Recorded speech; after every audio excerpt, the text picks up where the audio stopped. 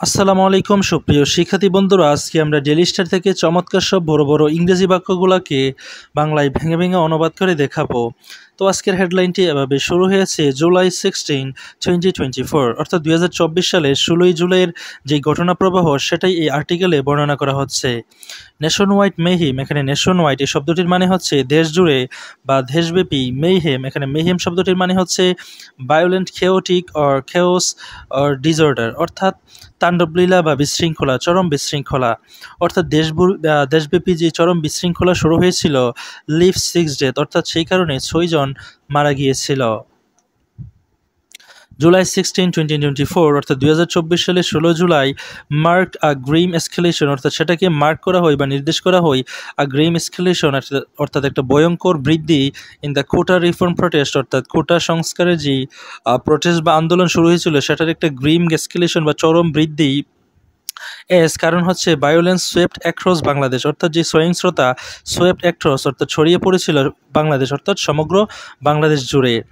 Living at least 6 people dead, অর্থাৎ এই কারণে 6 জন মারা গিয়েছিল ওই দিনে, ইনক্লুডিং 3 স্টুডেন্ট, এর মধ্যে 3 জন ছাত্রছাত্রী ছিল, অ্যান্ড 100 ইনজিউড, এবং শত শত ইনজিউড হয়েছিল বা আহত হয়েছিল, ইন ফিয়ার্স ক্লেশ, অর্থাৎ চরম বা সহিংস্র সংঘর্ষে, involving protesters, Chhatra League activities and police, অর্থাৎ পুলিশ এবং ছাত্রলীগ কর্মী এবং বিক্ষোভকারীদের মধ্যে যেই ফিয়ার্স ক্লেশেস বা সংঘর্ষ হয়েছিল সেই কারণে হান্ড্রেডস মানুষ বা শত শত মানুষ ইনজিউড হয়েছিল এবং 6 জন মারা গিয়েছিল।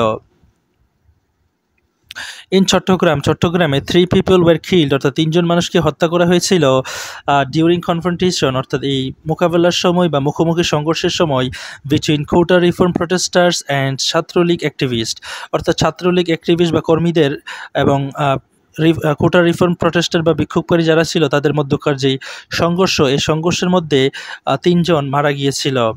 অ্যামাং দ্য ডেথস ওয়ের ওয়াসিম আকরাম, যারা মারা গিয়েছিল তাদের মধ্যে একজন ছিল ওয়াসিম আকরাম, তার নাম ছিল Wasim Akram, student of Chittagong college, অর্থাৎ তিনি ছিল চিটাগাং কলেজের একজন ছাত্র। Faisal Ahmed, management student at Omargani MES college, অর্থাৎ ওমরাগনি এমইএসসি কলেজের একজন ম্যানেজমেন্ট ডিপার্টমেন্টের ছাত্র ছিল Faisal Ahmed. And Faruk Ahmed and employee at a furniture shop, অর্থাৎ ফারুক আহমেদ নামে যিনি কিনা মারা গিয়েছিল তিনি ছিল ফার্নিচার শপের একজন এমপ্লয়ি বা কর্মী। হসপিটাল সোর্সেস কনফার্ম, অর্থাৎ হসপিটালের যে তথ্য সেটা কনফার্ম করে দেয় যে ফারুক হ্যাড সাস্টেইনড বুলেট, অর্থাৎ ফারুক বুলেট কর্তৃক আহত হয়েছিল বা আঘাতপ্রাপ্ত হয়েছিল। ওন্ড, অর্থাৎ সে আঘাতপ্রাপ্ত হয়েছিল। হোয়াইল, অন্যদিকে আকরাম ওয়াজ স্টেপ, অর্থাৎ আকরামকে ছুরি দিয়ে আঘাত করা হয়েছিল। 30 আদার্স ওয়ার ইনজিউড, এবং আরও 30 জন ইনজিউড হয়েছিল বা আহত হয়েছিল। টু ক্রিটিক্যালি, অর্থাৎ তাদের মধ্যে 2 জন ছিল গুরুতর অবস্থায় আহত হয়েছিল।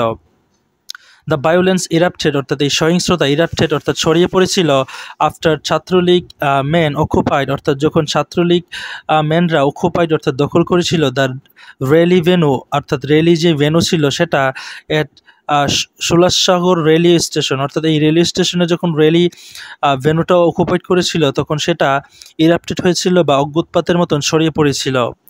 স্পার্কিং খেওস, অর্থাৎ যেটা কিনা খেওস বা বিশৃঙ্খলার উদ্বেগ সৃষ্টি করেছিল বা উদ্দীপনা করে দিয়েছিল অ্যাট মাল্টিপল নিয়ারবাই লোকেশনস, অর্থাৎ কতিপয় নিয়ারবাই লোকেশন বা অঞ্চলে, including Muradpur and gate number 2, অর্থাৎ মুরাদপুর সহ gate number 2।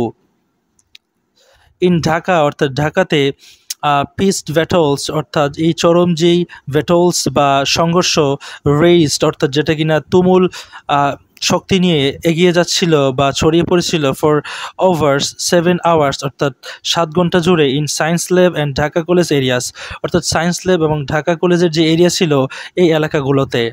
2 people died in the classes, এবং 2 জন লোক মারা গিয়েছিল এই সংঘর্ষে।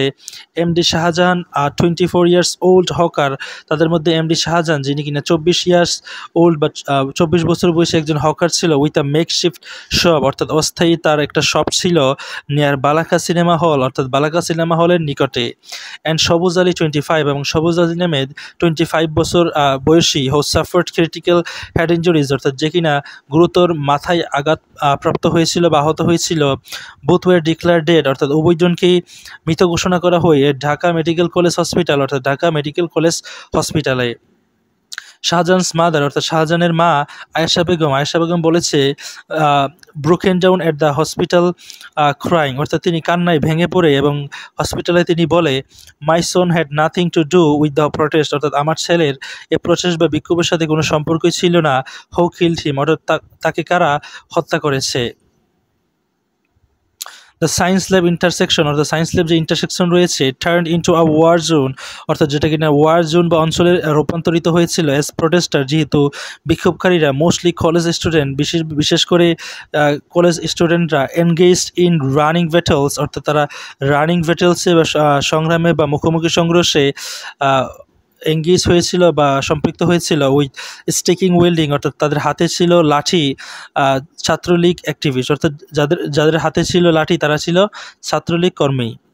ব্রিক চাংস অর্থাৎ ব্রিকের যে টুকরো বা ইটের যে টুকরো ফ্লিউ অ্যাট বুথ গ্রুপ, অর্থাৎ তারা একে অপরের প্রতি নিক্ষেপ করেছিল। Chased each other back and forth, অর্থাৎ তারা একে অপরকে ধাওয়া করেছিল ব্যাক অ্যান্ড ফোর্থ, অর্থাৎ এদিক সেদিকে বিটুইন 1:45 PM অ্যান্ড 8:45 PM, অর্থাৎ 1:45 থেকে 8:45 পর্যন্ত।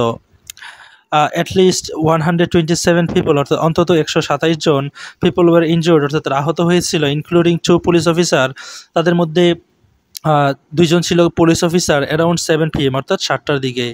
দ্য চেস্ট এওয়ে, অর্থাৎ তারা ধাওয়া করেছিল ফর্মার আওয়ামী লীগ এমপি হাজি সেলিমকে তারা ধাওয়া করেছিল নিয়ার লেভিটেড হসপিটাল, অর্থাৎ লেভিটেড হসপিটালের নিকটে, ফোর্সিং হিম, এবং তাকে বাধ্য করেছিল অ্যান্ড হিজ এইডস, এবং তার সহযোগীদেরকে to take refuge inside the building, অর্থাৎ বিল্ডিংয়ের ভিতরে তাদেরকে আশ্রয় নিতে তাদেরকে বাধ্য করেছিল। So guys, that's all for today. Thank you so much for watching my video till the very end.